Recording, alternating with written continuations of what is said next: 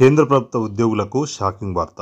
8వ వేతన సంఘం ఏర్పాటు వాయిదా అని ఒక వార్త వచ్చింది. చూద్దాం. మీరైతే ఒకసారి వీడియోని లైక్ చేయండి.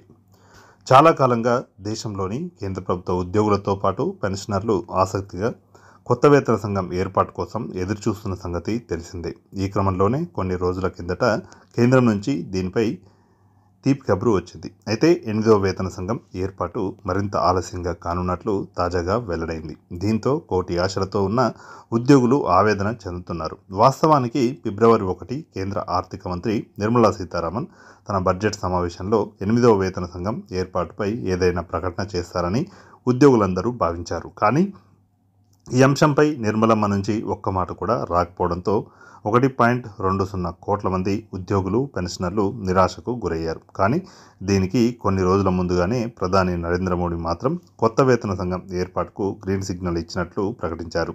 ఈ పరిణామాలను చూస్తుంటే వేతన సంఘం ఏర్పాటు మరింతగా ఆలస్యం అవుతున్నట్లుగా నిపుణులు చెబుతున్నారు. ప్రధాని మోదీ మాత్రం 2 సభ్యులు, ఒక చైర్మన్తో ప్యానెల్ ఏర్పాటు చేయనున్నట్లు ప్రకటించారు. వాస్తవానికి ప్రస్తుతం అమల్లో ఉన్న 7వ వేతన సంఘానికి గడువు డిసెంబర్ 31, 2025తో ముగియనున్న వేళ దీని తర్వాత కొత్త సంఘం అమలు చేయాల్సి ఉంటుంది. ఇదిలా ఉండగా ఆర్థిక మంత్రి నుంచి దీనికి సంబంధించిన ప్రకటన చేయకపోవడంతో మరో బడ్జెట్ వరకు ఆగాల్సి ఉంటుందని ఊహాగానాలు వినిపిస్తున్నాయి. ఒకవేళ ఇదే జరిగితే ఉద్యోగులు తమ వేతన పెంపు కోసం ఏడాది వేచి ఉండాల్సి వస్తుంది.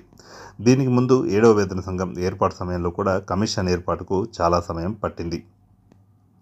వచ్చే సంవత్సరం నుంచి కొత్త వేతన సంఘం అమల్లోకి రానున్నట్లు తెలుస్తుంది. ప్యూన్లు, అటెండర్లను గతంలో 18,000గా ఉన్న మూల వేతనంను 51,480కు పెరిగే అవకాశం ఉన్నట్లు తెలుస్తుంది.